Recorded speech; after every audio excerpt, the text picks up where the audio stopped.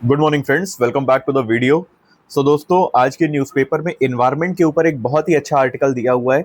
इसके ऊपर क्वेश्चन बनने के चांसेस बहुत ही ज़्यादा हाई हैं, तो इसके बारे में हमें थोड़ा सा डिस्कशन करना है। ये अगर मैं बात करूँ बेसिकली सेंचुरी के ऊपर है, जो वाइल्ड लाइफ सेंचुरीज होती हैं, है ना, तो उसके ऊपर है। जो फॉरेस्ट है सरंदा फॉरेस्ट, इसके ऊपर इन्होंने एक आर्टिकल निकाला हुआ है जो कि बहुत ही ज़्यादा इंपॉर्टेंट होने वाला है आपके यूपीएससी पॉइंट ऑफ व्यू से। अब आइए इसके बारे में डिस्कशन करते हैं, एक बैकग्राउंड समझते हैं कि ये है क्या। अब देखिए, ये जो सरंदा फॉरेस्ट है ना, ये जो फॉरेस्ट है ये झारखंड और ओडिशा के बॉर्डर पे एक बायोडाइवर्सिटी हॉटस्पॉट है। बायोडाइवर्सिटी हॉटस्पॉट, ये हॉटस्पॉट है। और अगर मैं बात करूं इसमें ट्रीज की, तो बेसिकली इसमें साल ट्रीज जो होते हैं वो काफी देखने के लिए मिलते हैं। साल ट्रीज हमें देखने के लिए बहुत ज्यादा मिलते हैं, और इंडिया के सबसे लश ग्रीन फॉरेस्ट की अगर मैं बात करूं तो उनमें से ये एक है। मोस्ट, ये मतलब लश ग्रीन फॉरेस्ट होता है तो उनमें से ये एक है। और अगर हम इसकी बात करें कि इसमें कौन कौन से जानवर हमें देखने के लिए मिलते हैं, कौन कौन से एनिमल्स और कौन कौन सी चीजें हमें देखने के लिए मिलती है, तो हमें देखने के लिए मिलता है इसमें एलिफेंट। एलिफेंट हो गया, फिर उसके बाद डियर हो गया, स्लॉथ बियर कह सकते हो आप, मिल जाता है हमें देखने के लिए, स्लॉथ बियर। फिर हमें देखने के लिए मिलता है टाइगर्स। तो ये कुछ स्पीशीज हैं जो हमें देखने के लिए इसमें मिल जाती हैं। ये इसका एक बैकग्राउंड था। अब हम लोग को डिस्कशन करना है इसमें कि अभी इसमें सुप्रीम कोर्ट का क्या डिसीजन आया हुआ है। सुप्रीम कोर्ट के अगर लेटेस्ट अपडेट के बारे में बात करें तो 10 अक्टूबर 2024 में, 10 अक्टूबर 2024 में उन्होंने, सुप्रीम कोर्ट ने झारखंड गवर्नमेंट को एक डिसीजन दिया, एक डायरेक्ट किया, बेसिकली डायरेक्शन दिया कि 314 स्क्वायर किलोमीटर, लगभग 314 स्क्वायर किलोमीटर जो एरिया है उसको आप क्या करिए, उसको आप वाइल्ड लाइफ सेंचुरी में डिक्लेयर करिए।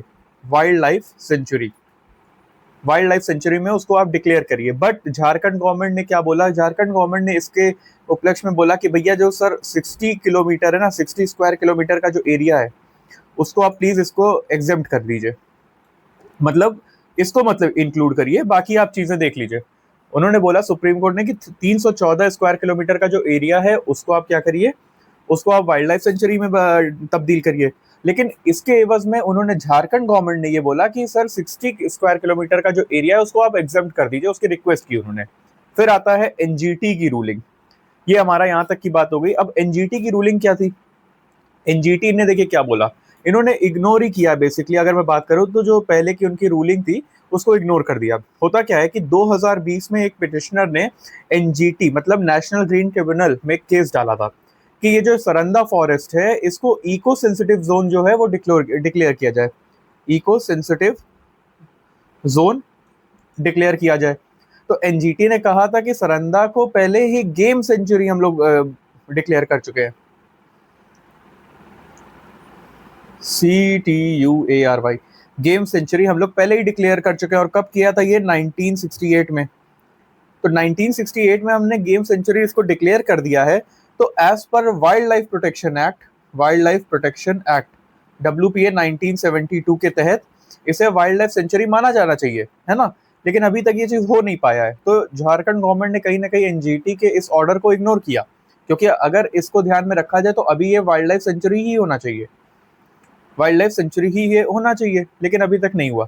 तो अब इसके बारे में चर्चा हो रही कि भैया ये क्यों आपने इग्नोर किया, यही सब के ऊपर बात हो रही। तो इसमें आओ आपको एक टाइमलाइन में समझाता हूँ जिसकी वजह से आपको ये अच्छे से समझ में आएगा। होता क्या है, देखिए टाइमलाइन क्या है। 2020 में होता क्या है, 2020 में क्या होता है कि जो एनजीटी था, एनजीटी का ऑर्डर आया कि सरंदा को भैया वाइल्ड लाइफ सेंचुरी आपने बनाना है। एनजीटी का ऑर्डर था, ये जो फॉरेस्ट है इसको आप वाइल्ड लाइफ सेंचुरी में कन्वर्ट करिए, ये इनका ऑर्डर था। 2022, 2 साल बाद ही क्या होता है कि एनजीटी ने झारखंड से पूछा, झारखंड गवर्नमेंट से इन्होंने पूछा, एनजीटी ने किससे पूछा, झारखंड गवर्नमेंट से। झारखंड गवर्नमेंट से इन्होंने पूछा कि अभी तक आपने डिक्लेयर क्यों नहीं किया, क्यों नहीं डिक्लेयर किया आपने अभी तक। फिर क्या होता है कि 2024 में, अप्रैल में 2024 में क्या होता है कि सुप्रीम कोर्ट ने झारखंड को फिर से बोला कि 6 वीक्स के अंदर एरिया को नोटिफाई करिए भैया, 6 वीक्स, और एरिया जो होता है उसको क्या करिए, नोटिफाई करिए। मतलब बताइए कितना कर रहे हैं आप, क्या कर रहे हैं। और ये किसने बोला था भाई, ये सुप्रीम कोर्ट ने बोला था झारखंड गवर्नमेंट को, ठीक है, झारखंड गवर्नमेंट को इन्होंने ये चीज बोला। फिर क्या होता है, ये अप्रैल की बात थी। अब आता है अक्टूबर। 2024 का ही, अभी लास्ट ईयर। इसमें क्या होता है, अक्टूबर में क्या होता है कि झारखंड ने एक ड्राफ्ट भेजा, लेकिन उसमें क्या हुआ ना कि एरिया जो है वो थोड़ा सा कम कर दिया। इन्होंने बोला था एरिया नोटिफाई करिए 6 वीक्स में, उन्होंने अक्टूबर में बोला कि भाई ठीक है, ये पकड़िए draft, draft by Jharkhand government. लेकिन इसमें क्या होता है ना कि जो एरिया था वो थोड़ा कम था, एरिया कम था, ठीक है, एरिया कम हो गया था। तो इसमें एरिया जो था वो लगभग लगभग 25,000 हेक्टेयर जो था उसका था, ठीक है। तो इसको कम करने का प्लान था। फिर आता है सुप्रीम कोर्ट का ऑर्डर अगेन, अक्टूबर 2024 में ही इसको आता है, 10 अक्टूबर को। और वो क्या रहता है, इसमें बोलते हैं ये कि ये जो भैया आपको 314 जो मैंने आपको पहले बताया था ना स्क्वायर किलोमीटर एरिया, उतने को ही डिक्लेयर करना पड़ेगा आपको सेंचुरी। इसको आप सेंचुरी बनाइए, इससे ज़्यादा कोई भी अलग चीज़ें नहीं चलेंगी। ये पूरा आपका टाइमलाइन हो गया, इसके वजह से आप समझ पाओगे कि बहुत अच्छी तरीके से कि क्या चीज़ें चल रही थी। ये एक मैंने एक शॉर्ट में आपको टाइमलाइन दिया है, ठीक है। अब आते हैं हम लोग बात करते हैं ये जो इकोलॉजिकल इंपॉर्टेंस क्या है, इंपॉर्टेंट क्यों है ये इन्वायरमेंट के लिए। अब देखिए क्या होता है, सरंदा का मतलब क्या होता है ना, सरंदा जो फॉरेस्ट है इसका मीनिंग होता है, मीनिंग इसका होता है कि ये जो 700 हिल्स, इसको आप सीधे रख लीजिए, 700 BRED हिल्स, इसका ये मीनिंग होता है, ठीक है। अब ये कहाँ पे सिचुएटेड है, ये भाई सिचुएटेड है हमारा वेस्ट सिंहभूम डिस्ट्रिक्ट में। और लगभग लगभग एरिया की बात करूँ तो 856 किलोमीटर, स्क्वायर किलोमीटर इसका एरिया है, ठीक।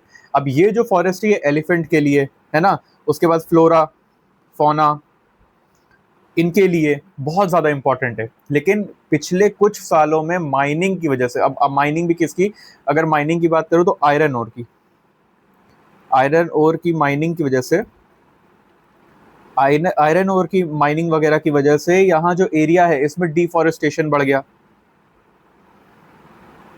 डिफॉरेस्टेशन क्या हो गया, इंक्रीज हो गया। फिर वाइल्ड लाइफ जो डेंसिटी थी, wild life density, wild life density वो क्या हो गई, वो कम हो गई, है ना। ये देखो इंक्रीज है, ये डिक्रीज है, वो कम हो गई। फिर क्या होगा, इसकी वजह से क्या होगा, बायोडाइवर्सिटी वो जो हो गया वो कम हो गया, बायोडाइवर्सिटी जो है उसमें डिक्लाइन कर गई, हमने देखने के लिए मिला अच्छा खासा डिक्लाइन।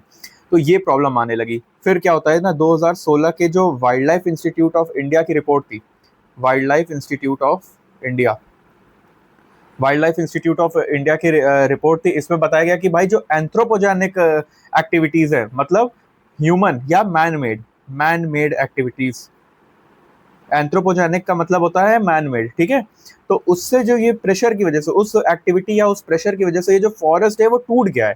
और अब क्या हो रहा है ना, इससे क्या हो रहा है कि एनिमल्स जो है वो माइग्रेट कर रहे हैं, एनिमल्स माइग्रेट कर रहे हैं, ये माइग्रेट कर गए। अब ये चीज हम लोग ने देखा। बायोडाइवर्सिटी डिक्लाइन का अगर सबसे अच्छा एग्जांपल देखना है ना, तो आपको मैं ये बताता हूँ क्या होता था ना, पहले पहले क्या होता था कि ये जो एलिफेंट्स है, इसका सबसे अच्छा एग्जांपल यही है। एलिफेंट्स जो थे वो पहले छत्तीसगढ़ और उड़ीसा,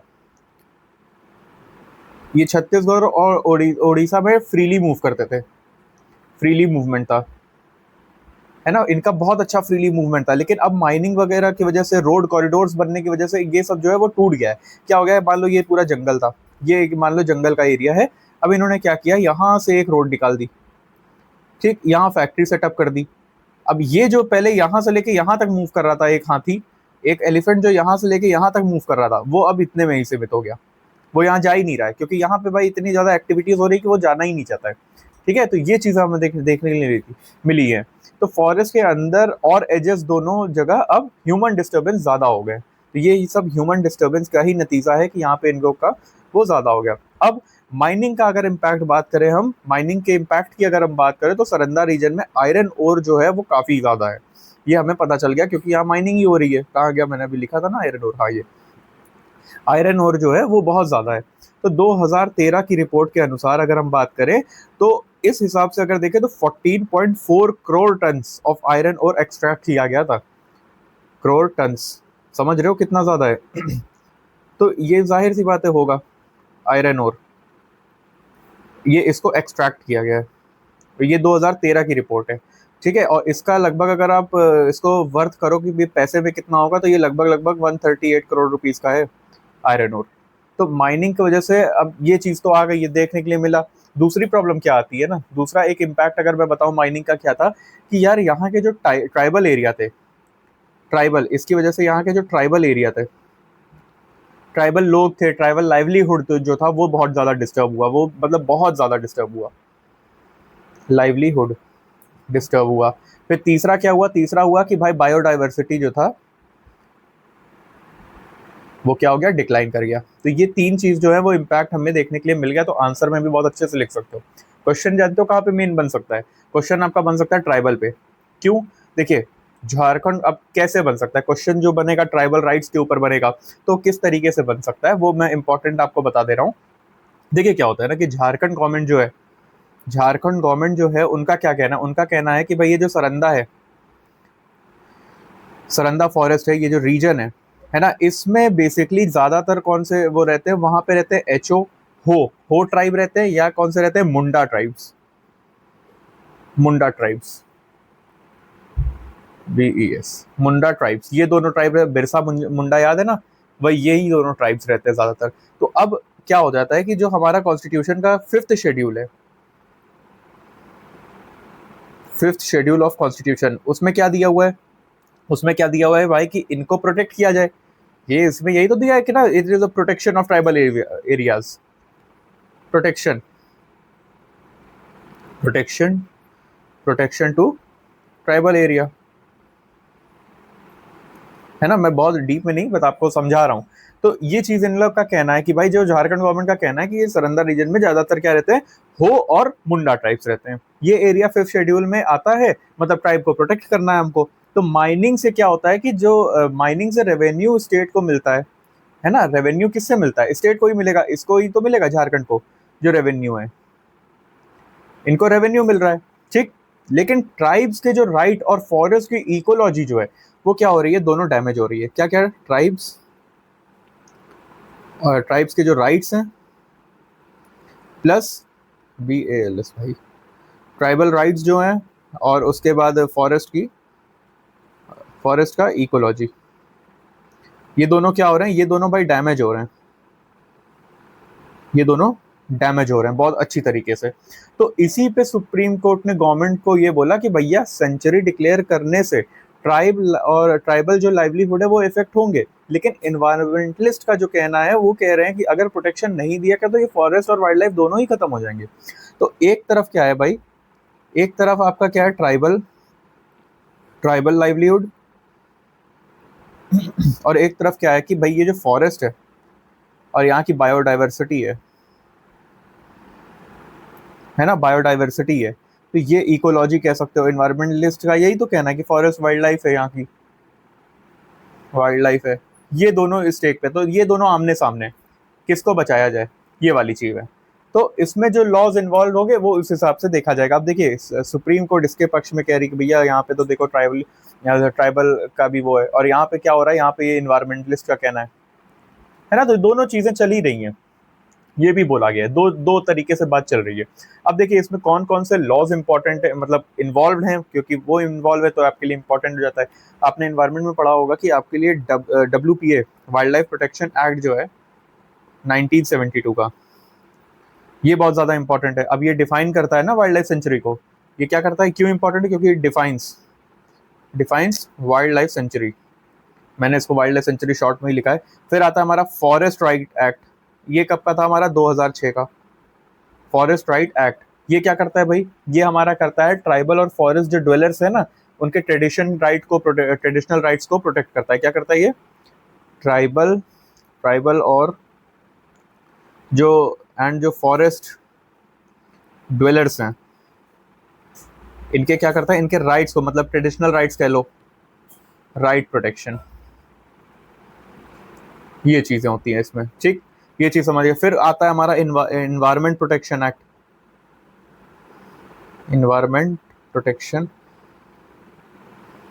एक्ट, ये कब का था भाई, ये आप लोग को थोड़ा सा 1986 का, ये आप लोग को थोड़ा सा मतलब कह सकते हो कि ये जल्दी जल्दी याद करने के लिए बहुत अच्छा है, एक रिवीजन करने के लिए बहुत बढ़िया चीज़ है। इसमें क्या होता है कि इसमें इको सेंसिटिव जोन्स जो होते हैं, इको सेंसिटिव जोन्स, उनको डिक्लेयर करने की पावर देता है ये, डिक्लेयर पावर देता है। मैंने एक बहुत शॉर्ट में आप लोग को समझा दिया है। फिर लास्ट में क्या आ जाता है आपका कॉन्स्टिट्यूशन का 5th शेड्यूल, कॉन्स्टिट्यूशन का 5th शेड्यूल।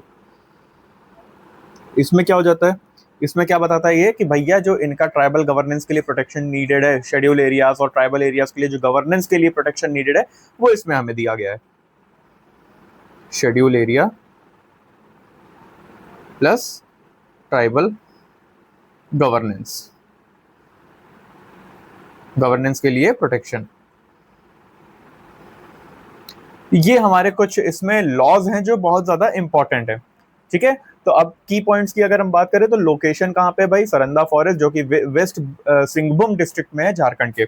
एरिया कितना है, टोटल एरिया की बात करता हूँ तो 856 स्क्वायर किलोमीटर है, ये थोड़ा सा ध्यान दीजिएगा, 856 स्क्वायर किलोमीटर इसमें है। जिसमें क्या बात हो रही है, जिसे बोल रहा है कि 314.68 स्क्वायर किलोमीटर को क्या कर दीजिए आप भैया वाइल्ड लाइफ सेंचुरी में डिक्लेयर कर दीजिए। वेजिटेशन में साल फॉरेस्ट है, यहाँ पे लिख देता हूँ। वेजिटेशन की बात करें तो साल में साल ट्रीज हमको देखने के लिए मिल जाते हैं, साल फॉरेस्ट जो है वो देखने के लिए मिल जाते हैं। थ्रेट क्या है, माइनिंग, डिफॉरेस्टेशन, है ना।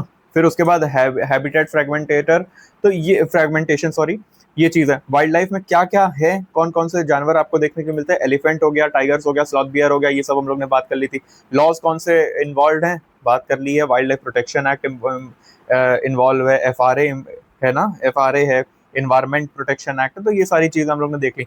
इंस्टीट्यूशन कौन कौन से इन्वॉल्व हैं, इंस्टीट्यूशन पे बात की थी हम लोग ने, बट एक जगह लिख के देता हूँ। NGT national green tribunal, supreme court, Jharkhand government. फिर उसके बाद एक हम लोग ने बात की थी, याद करो, wild life institute of India, wild life institute of India. Writing पे मत जाइएगा, थोड़ा सा जल्दी जल्दी बता रहा हूँ आप लोग को। इश्यूज क्या आ रहे हैं कि भैया इकोलॉजिकल प्रोटेक्शन, यहाँ ये इश्यूज है ना, ये देखो, इकोलॉजिकल प्रोटेक्शन प्लस साथ में ट्राइबल लाइवलीहुड के बीच में बैलेंस बनाओ। ये हमारे की पॉइंट्स हो गए, इसके सब एकदम आपको इजीली तरीके से मैंने पॉइंट्स दे दिए। इसके ऊपर चाहो तो आंसर लिख सकते हो। जो पॉइंट्स यहाँ पे दिए ना, ये जो मैंने आपको पॉइंट्स बताए, एरिया कितना है, उसके बाद हमने एरिया के बाद हम लोकेशन क्या थी, एरिया क्या था, वेजिटेशन क्या है, थ्रेड्स क्या है, वाइल्ड लाइफ लॉज, इंस्टीट्यूशन कौन कौन से इन्वॉल्व है और इश्यूज, तो ये सारी चीजें आपको डिस्कशन कर ली गई है। एक शॉर्ट समरी में अगर मैं आपको बताऊं तो सरंदा फॉरेस्ट एक रिच बायोडाइवर्सिटी एरिया है, जहां पर साल के जो पेड़ और एलिफेंट्स मिलते हैं। NGT और सुप्रीम कोर्ट दोनों ने बोला है कि भैया इसे वाइल्ड लाइफ सेंचुरी बनाना चाहिए ताकि माइनिंग और ह्यूमन प्रेशर से ये एरिया जो है वो बच सके। झारखंड गवर्नमेंट ने थोड़ा हेजिटेंट है, झारखंड गवर्नमेंट जो है वो थोड़ा सा हेजिटेंट है, क्योंकि वहाँ ट्राइबल लोग रहते हैं और उनका लाइवलीहुड माइनिंग से जुड़ा हुआ है। भाई माइनिंग नहीं करेंगे तो खाएंगे पिएंगे का, कैसे वो अपनी जीविका चलाएंगे। तो अब सुप्रीम कोर्ट ने फाइनल बोला कि अराउंड 314 स्क्वायर किलोमीटर जो एरिया है उसको आप सेंचुरी बनाना ही पड़ेगा आपको। भाई वो उसके लिए कुछ किया नहीं, क्योंकि वाइल्ड हमें तो भाई ये भी प्रोटेक्ट करना है ना, इन्वायरमेंट भी तो प्रोटेक्ट करना है, सिर्फ एक ही चीज को सोच के नहीं चला जा सकता है। तो दोनों केस में ये चीजें हमें देखने के लिए मिल गई। इंग्लिश वाले जो हैं, इंग्लिश वाले स्टूडेंट्स जो हैं, उनके लिए अगर मैं आपको बात करूं कि एक मेन पॉइंट लिखना है तो उसमें आप लिख सकते हो इंग्लिश में, let me create a point, पहले सोचने दीजिए क्या हो सकता है इसमें। देखिए इसमें ये आप लिख सकते हो कि जो the Saranda forest case highlights the conflict between environment conservation and tribal livelihood rights, emphasizing the need of sustainable development and effective implementation of WPA Act and Forest Right Acts। ये आप कर सकते हो, एक लाइन आपको मिल जाएगी, कंक्लूजन में भी इसको लिख सकते हो। ये बहुत अच्छा है, तो इसको आप नोट कर लेना, थोड़ा सा वीडियो को आप पॉज वॉज करके। ये चीज़ एक अच्छी लाइन है, अभी मिल गई तो मैंने बता दिया आपको। So with this I will be taking a leave. हम लोग ने बहुत अच्छी तरीके से इसको डिस्कशन किया, बहुत ही डीपली इसको डिस्कशन किया। इसके ऊपर कोई भी क्वेश्चन आएगा तो यू कैन राइट। एंड इस देखो, सिर्फ न्यूज़पेपर की कटिंग नहीं आप लोग के साथ डिस्कशन कर रहा हूँ, अगर चाहो तो इसके ऊपर आंसर निकाल के लिख सकते हो, मतलब क्वेश्चन निकालिए और इसके ऊपर लिखिए व्हाट इज द केस। आप क्वेश्चन निकाल के इसके ऊपर अगर आप मेंस के लिखते हो तो ये आपका डेली आंसर राइटिंग प्रैक्टिस भी होता जाएगा, राइट, है ना। तो with this I will be taking a leave. Hope आपको ये प्रॉपर्ली समझ में आ गया होगा, हर एक चीज इसमें कवर कर ली गई है। Will be meeting you in next video, तब तक के लिए स्टे हेल्दी, जय हिंद।